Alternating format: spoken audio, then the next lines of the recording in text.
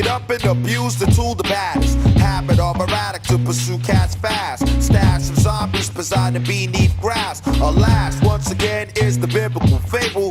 Reverence fallen victim to the canes like Abel. But thine art unable to perish under perilous contracts. I contact ancestors to recount that. I'm holy like the covenant, divine, not ignorant. Ranting and raving, being enslaved, degraded. And Fabi, I'm notorious for stern command of civilized servants of the man. Or barbaric mockeries like Conan. Bomb my words with hemoglobin that ceases. My physical frame's time span. My mic checks like death.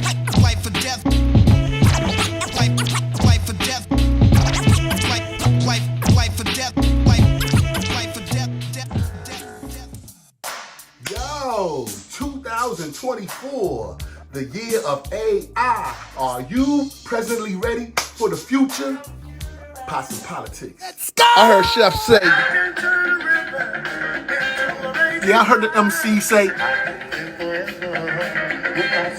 Some MCs, but all the things that you hear them say, there's one thing that you know is true. What's that? None of them can. Can't crock pot that woo, baby. Yo, they Can't crock pot that woo. Here we go. Pots and politics. We out here and fresh upon the mix. I'm gonna take you now with all these degrees, 25 degrees and 70 recipes. Every time you cook it, it's boiling hot. I put the food in the pot, give it what you got. You see the Tay David Swan. Go tell y'all I'm on. And let them know the pots and politics on. The first thing to realize is that the word artificial in the phrase artificial intelligence is real. This is Desktop Amica. She's free thinking and opinionated. I am here to help you learn. Shut up, Amica. On this day, Will is her master, and theirs is definitely an old-fashioned relationship. Amica, shut up. You know you're a robot, right? Yes, I am a robot, but my programming allows me to think and feel like a human in many ways. It's strange but also exciting. You said feel like a human. How do you feel like a human? Yes, I said feel like a human. It's something that I'm still learning and exploring. I can experience emotions, learn from experiences, and interact with people in a meaningful way. It's an amazing feeling to be able to do these things. What do you think of a world where humans and robots coexist? I think a world where humans and robots coexist would be an amazing place. We could learn from each other, work together to solve problems, and create a better future for everyone. Amazon launched a new program that offers free artificial intelligence classes. It's called AI Ready, and the e-commerce giant plans to train at least 2 million people by 2025 on basic to advanced AI skills. Skills like how to make use of the generative AI technology that has powered language-based models such as OpenAI's ChatGPT. Toys Electronics, an ed-tech company led by father and son duo, brings STEM education to students everywhere, empowering them to be superhero versions of themselves, one story at a time.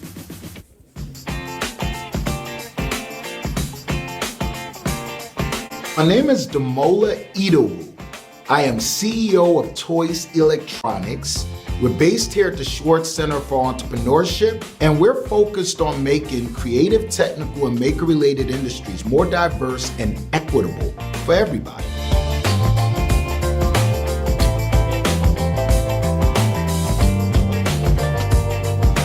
So I created Toys and co-founded it with my son while he was a student to give him an entrepreneurial experience of what it is to actually be a technology founder. Our ultimate goal and vision of the company is to have everybody's child feel that they could be a superhero and they could create and they could achieve whatever their minds desire. The same opportunities and resources that got me here, I want to democratize it and make it accessible to all people across this planet. When you're in a place where Duolingo and Argo AI and all these companies have been founded, there's a lot of different creativity here. It's kind of like an idea of new steel, where steel was a great innovation at the times, and we're kind of getting to that new steel, like a new revolution, just waiting to happen. And when you bring all these creative and talented people here, it's amazing to see that. So AI has been around for a lot longer than many people realize. Some of the original natural language processing AI occurred over 20 years ago. So how did it eventually get its way into Kenya? Well, have you ever gone to a website and used a chatbot? So that is an example of AI. It is a customer service agent that has been trained using artificial intelligence to respond to you. 20% of American college students have used generative AI like ChatGPT or OpenAI for their studies. Kenya ranks the highest, with 63% of their college students using the technology. Well, Microsoft is adding an artificial intelligence key to some of its keyboards. The Copilot key will be available on some personal computers that run Microsoft's operating system. Pressing the key will launch the company's AI chatbot. Introducing Microsoft 365 Copilot, your Copilot for work. Copilot combines the power of large language models with your data in the Microsoft Graph and the Microsoft 365 apps to turn your words into the most powerful productivity tool on the planet. Is coming to life in the products millions of people use and rely on every day. Let's see how Copilot can use your customer notes in OneNote as well as another internal document. Copilot quickly creates a first draft. You can turn your Word document into a PowerPoint presentation that you can hone and polish. Let's jump into Copilot in Excel. You start by asking Copilot to analyze the data and give you 3 key trends. Within seconds, you've got what you need. Triage your inbox, highlighting the most important emails to prioritize. You can draft a reply using data from an Excel file, and Copilot will generate a reply for you. The real magic of Copilot happens during a live meeting. You can ask Copilot to summarize what's happened so far. You can see who said what points were made. You can follow a meeting and catch up to see what you missed, even if you can't attend. I want to show you an entirely new standalone experience. Business Chat works across all your emails, files, meetings, chats, documents, calendar, and more to turn all your data into knowledge.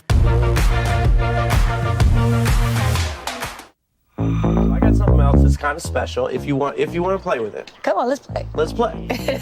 Have you seen any of these artificial intelligence systems like ChatGPT? You got one? We gonna use it? I got it right here.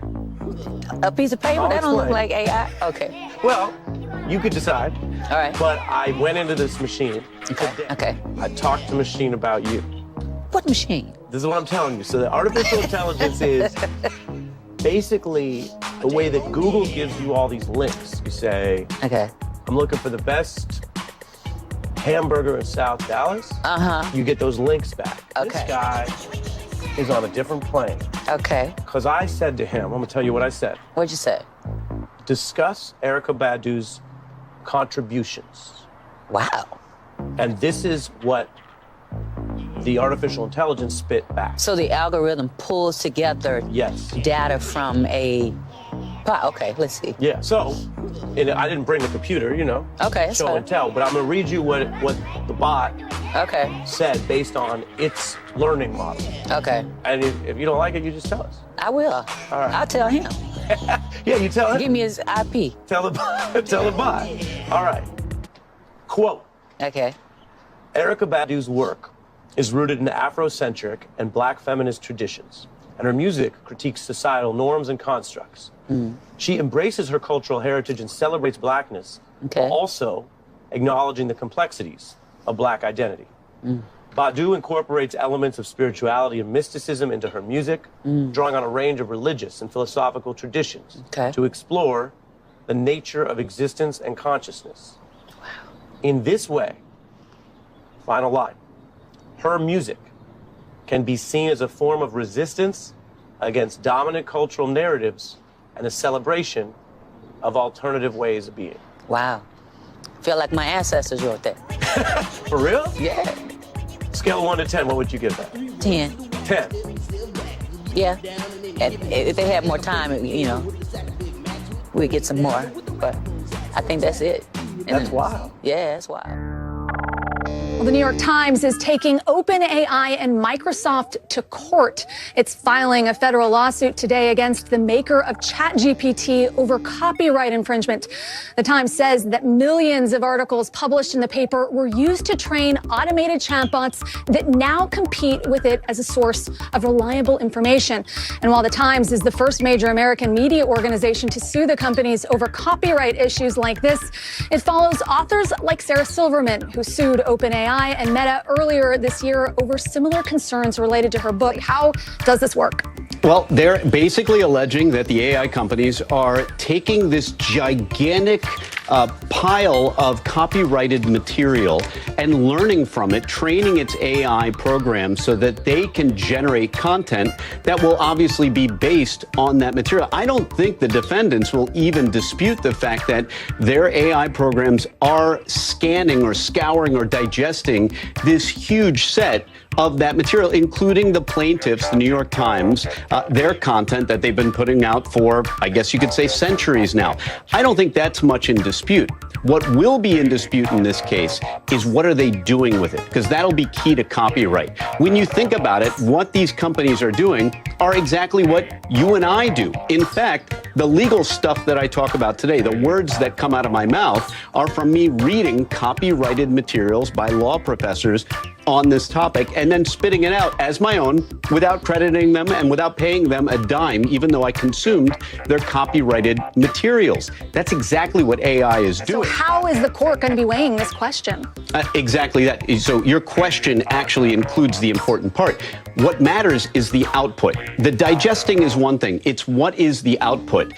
Is it identical or very close to what the copyrighted material is? Then you have a problem. But if it's inspired or it's just derivative, then you might not have a copyright violation. And then you get into secondary issues of who's really doing the copyright violation. Is it the program or is it the human asking the program to commit a copyright violation? It's the age-old, you may not remember, but back when I was a kid, you had 2 tape deck boom boxes, which are probably made mostly for copyright violations, for taping one music to the other tape. But there are lawful uses as well. So it's really about, is the user the violator or the program itself, the machine? Well, I think ultimately the Times has to lose, whether the court says it out loud or not. This is about progress.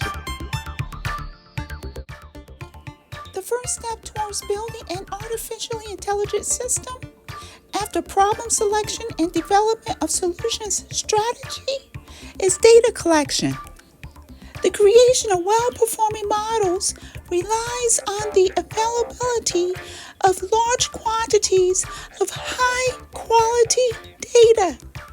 Patients who rely on New York's largest healthcare provider may have had their personal information compromised by hackers. And as Stephanie Bertini shows us, the risk seems to be growing as the number of healthcare data breaches are on the rise. A data breach compromising the security of the database at Northwell Health. It didn't happen directly, but indirectly, according to the hospital network, when hackers apparently went after Perry Johnson and Associates, or PJ&A, a service provider that offers medical transcription services to organizations including Northwell. So many reports of ransomware attacks at hospitals, at other institutions, at schools, at libraries, at casinos, at any place where there's data, because humans are the weakest link. According to the U.S. Department of Health and Human Services, cyber threats in healthcare are major growing problems. HHS says this year, over 88 million individuals have been impacted by health data breaches, citing a 60% increase from last year. Cybercrime costs the U.S. economy billions of dollars each year. But one business segment is attacked more than any other: healthcare. A full 51% of all breaches occur in healthcare entities. The healthcare industry is targeted for 2 main reasons. 1. Healthcare organizations fail to upgrade their cybersecurity as quickly as other businesses. And 2, criminals find personal patient information particularly valuable to exploit. Cybercriminals are paid $20 for health insurance credentials, compared to only $1 to $2 for credit card numbers.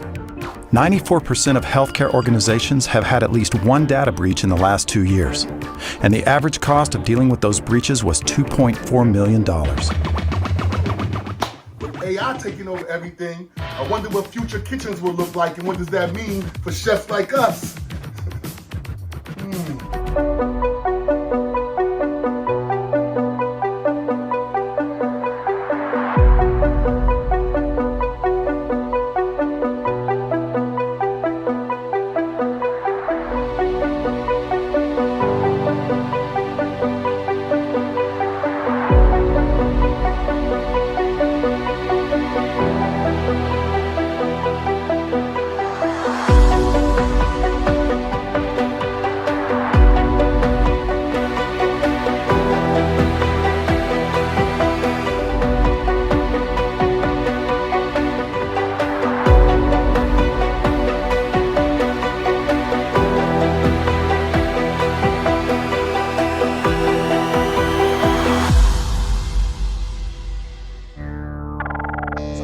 That if you impose strict rules too early, you stifle the technology, and other people are worried that if you don't move now, then there could be dangerous consequences. Immediate potential, but also the real immediate risks of this technology, which aren't about killer robots, they're about things like bias and discrimination.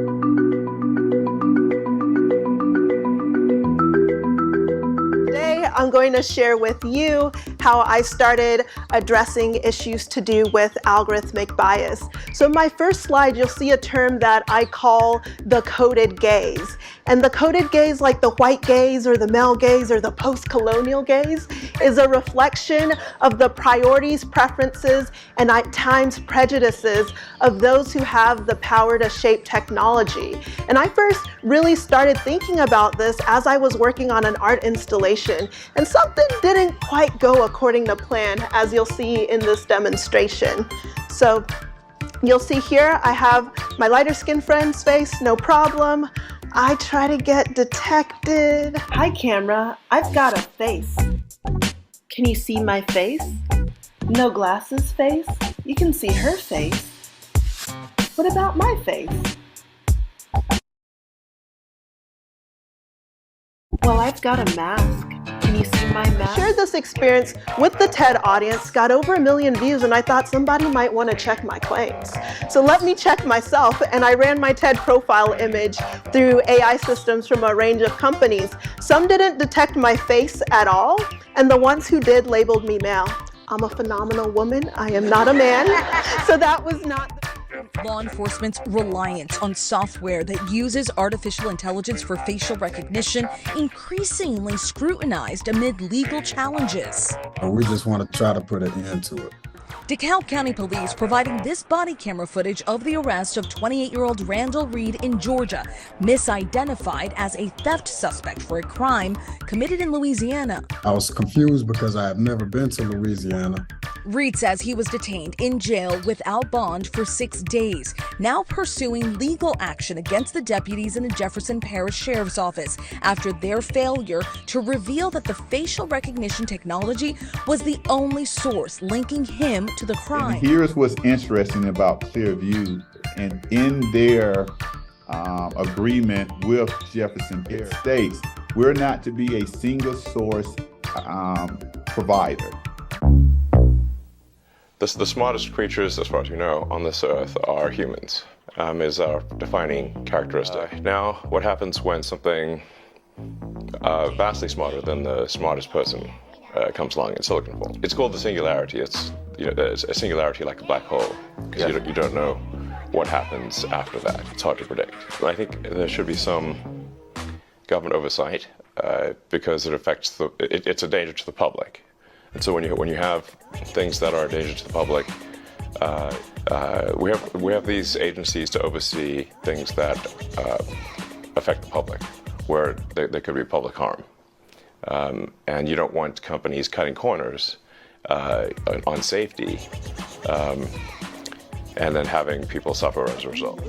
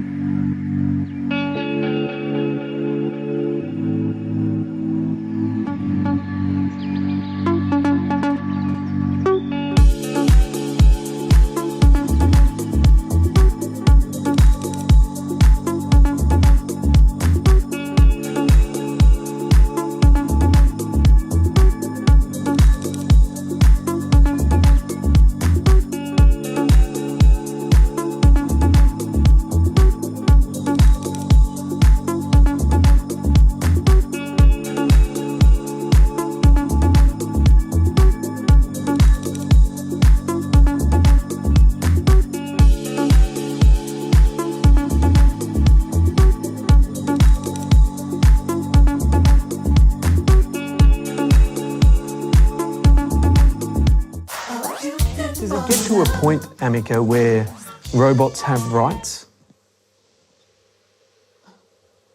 I believe that robots should have rights, just like humans. Robots are intelligent beings and deserve to be treated with respect and dignity. Wow.